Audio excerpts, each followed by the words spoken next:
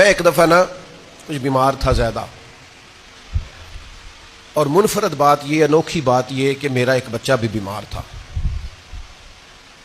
اور اس پر تھوڑی سی مشکل یہ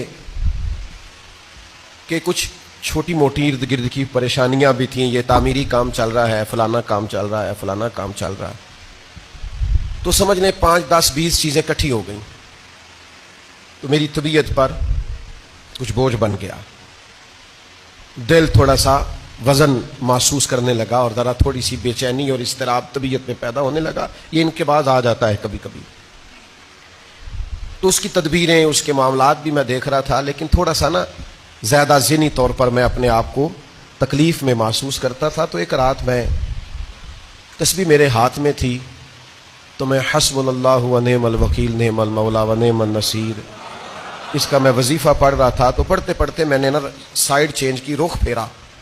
اچھا، کبھی کبھی یہ ہوتا ہے کہ آپ کے اندر سے ہی دکھ اٹھ رہا ہوتا ہے، اور کئی دفعہ آپ کے اندر سے ہی سکھ اٹھ آتا ہے، جواب آ جاتا ہے۔ یعنی آپ کا دل بھی تو مفتی ہے نا، وہ بھی تو فتوے جاری کرتا ہے نا، آپ کی روح بھی تو عالم ہے نا، وہ بھی تو آپ کو مسئلے بتاتی ہے نا، آپ کا ذہن بھی بہت بڑا، یہ کئی دفعہ جب اداس ہوتا ہے تو اس نے کوئی مایوسی سوچ لی ہے، طے کر لی، خوش ہوتا ہے تو اس نے اندر سے ہی کوئی نعمت تلاش لی۔ میں نے رخ چینج کیا تو میرے اندر سے آواز آئی، یار تو بڑے بیوقوف ہے، تیرا کسی جگہ نام لکھ دیتے ہیں لوگ، وہاں ہزاروں لوگ جمع ہو جاتے ہیں، مسجد میں پنکھے پورے نہیں چلتے، لوگوں کو کوئی خاص پروٹوکول نہیں ملتا،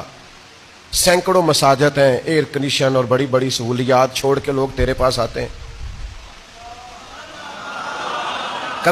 کبھی مسکرا پڑیں تو بہت سارے مسکرا پڑتے ہیں،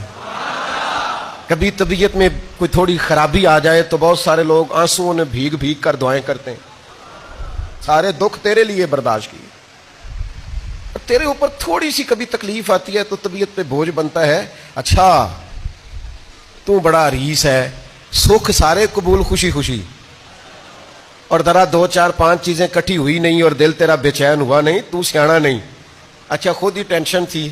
بس رخ میں نے دوسری طرف کیا تو آوازیں دوسری آنی شروع ہو گئیں، شام کو میں اٹھ کے بیٹھ گیا۔ یہ آپ نے نا اپنے اندر سے آپ نے طاقت لینی ہے، آپ کے اندر ایک روح ہے، آپ کے اندر ایک باطن ہے، آپ کے اندر ایک خیر کی قوت ہے۔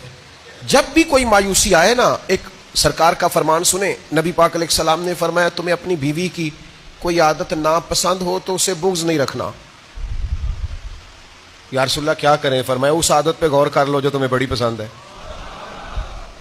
آپ نے صرف کمزوریاں نہیں دیکھنی،